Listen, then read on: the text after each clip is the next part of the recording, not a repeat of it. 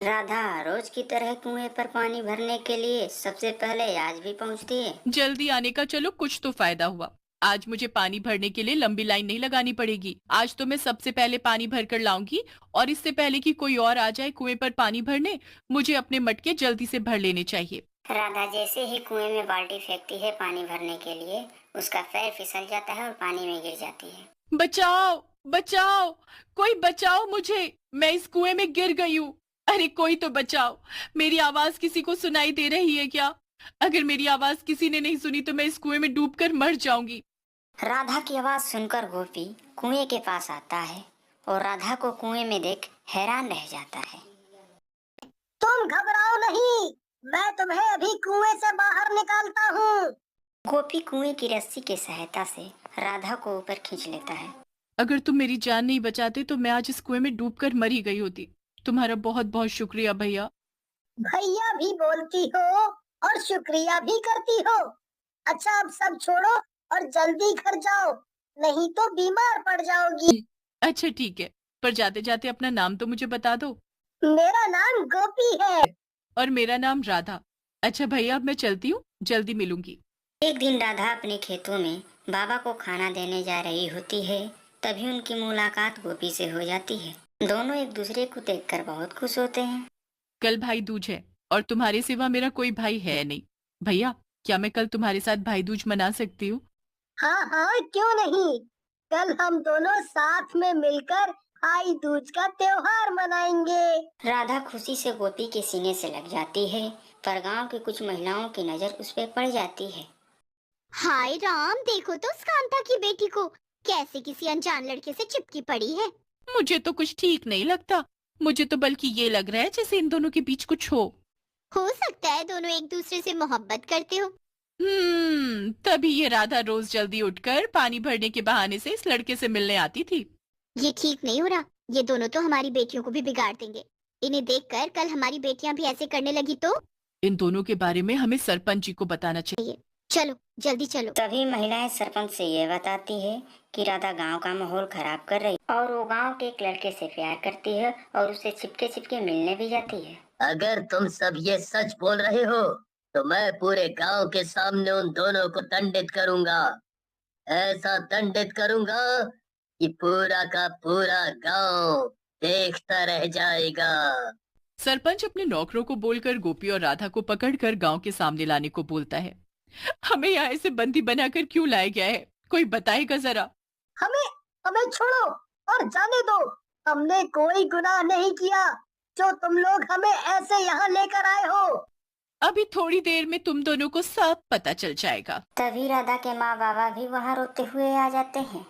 मेरी बेटी ने कुछ गलत नहीं किया, फिर उसे क्यों बंदी बनाया हुआ है, उसे छोड़ दो। तभी सरपंच वहाँ आ जाता है और सबको बताता है कि राधा और गोपी एक दूसरे से मोहब्बत करते हैं और चिपके चिपके मिलते भी हैं। राधा और गोपी बहुत कोशिश करते हैं सच्चाई बताने की कि वो गलत फहमी में है। वो तो एक दूसरे को भाई बहन मानते हैं, पर उन दोनों की बात कोई नहीं सुनता है और उन दोनों को एक पेड़ में बांध दिया जाता है जब तक कि उन दोनों के भूख प्यास के कारण जान न निकल जाए। भूख प्यास के कारण आखिर उन दोनों की मौत भी हो जाती है। गांव वालों देख लो इन्हें ध्यान से। अगर आज के बाद इस गांव में फिर से ऐसा कुछ हुआ तो उन्हें भी ऐसी ही सजा मिलेगी। जग्गू, राणा, इन दोनों की लाशों को जंगल में फेंकाओ। बाकी का काम जंगली जानवर कर देंगे।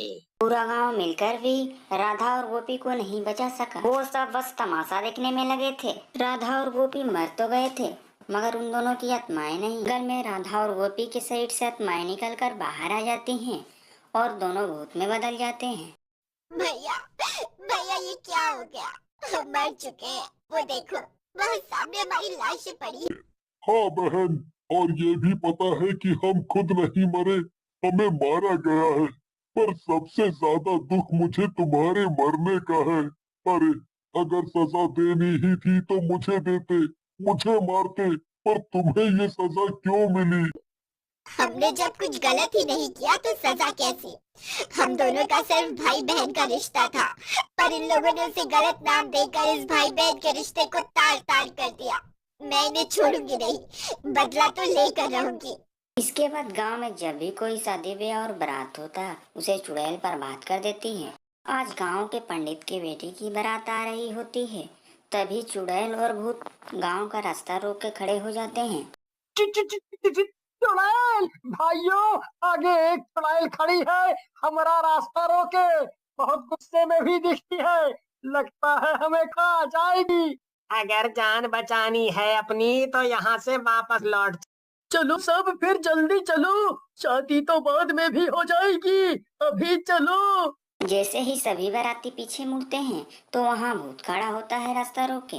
मर गए, आगे चुड़ैल है और पीछे भूत, अब हम कैसे निकलें यहाँ से? तुम्हारी हिम्मत कैसे हुई इस गांव में कदम रखने की? क्या तुम्हें पता नहीं कि इस गांव में खुशियाँ कदम नहीं रखती? फिर ये बैंड बाजा क्यों? देखो, हमें इस बारे में कुछ नहीं पता था।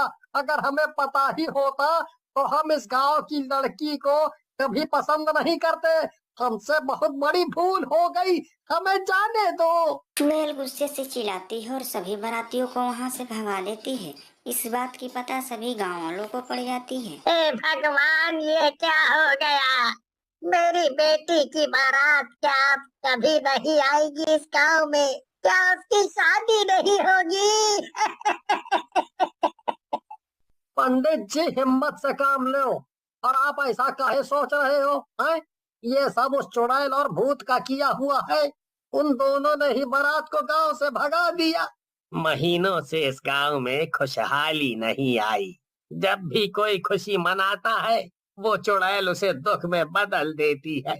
अब हम कर भी क्या सकते हैं? अगर अपने परिवार को सुरक्षित देखना है तो चुपचाप घर में बैठे रहो। जो भी खुशी मनानी है घर के अंदर छुपकर बस।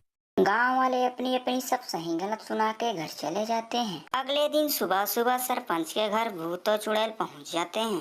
सरपंच, सच बता, घर के अंदर चुपके चुपके ये दिए किसके लिए जलाए जा रहे हैं? बता, नहीं तो तेरी गर्दन तोड़ दूंगी।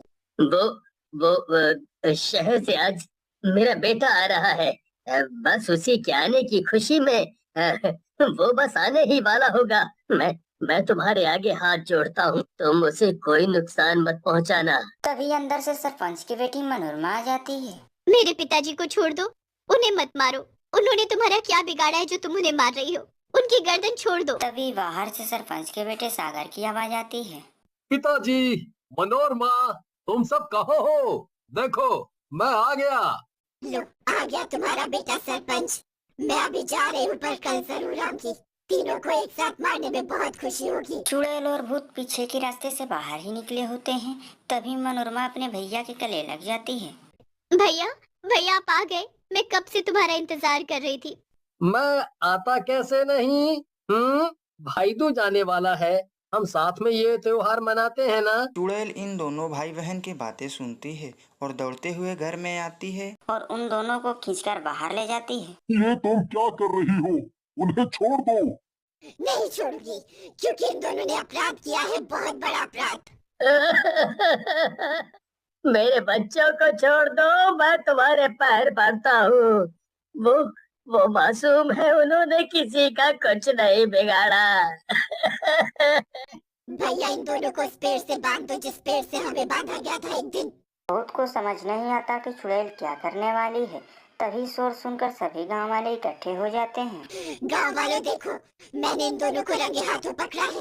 ये दोनों एक दूसरे से मोहब्बत करते हैं, इसलिए इन दोनों को तो सजा मिलनी चाहिए। अरे अरे, ये तुम क्या बोल रही हो? ये दोनों तो भाई बहन हैं। इतना गंदा लांछन मत लगाओ मेरे बच्चों पर। राधा, छोड़ दो उन्हें, जाने दो। हमारे साथ जो हुआ वो शायद हमारी किस्मत में था। चलो, हम अपनी दुनिया में लौट चलते हैं। मेरा कोई भाई नहीं था। मैंने तो बस तुम्हें अपना भाई ही माना था। भले ही हमारा रिश्ता खून का नहीं था, पर इन गांव वालों की गंदी सोच ने इस रिश्ते को कितना घिनौना नाम दिया। जी, घिन आती है मुझे ऐसे लोगों पर। भूत और चुड़ैल आपस में बात कर ही रहे होते हैं कि तभी गांव वालों को समझ आ जाता है कि चुड़ैल राधा और भूत गोपी है। मुक्ति न मिल पाने के कारण उन दोनों की आत्माएं भटक रही होती है। तभी राधा की माँ उसे गले लगा लेती है। माँ, तुमने मुझे पहचाना। मैं राधा हूँ, तुम्हारी राधा। ये दुनिया बहुत बुरी है। अच्छा हुआ जो मैं मर गई। पर मरने के बाद भी पता नहीं मुझे शांति क्यों नहीं मिली।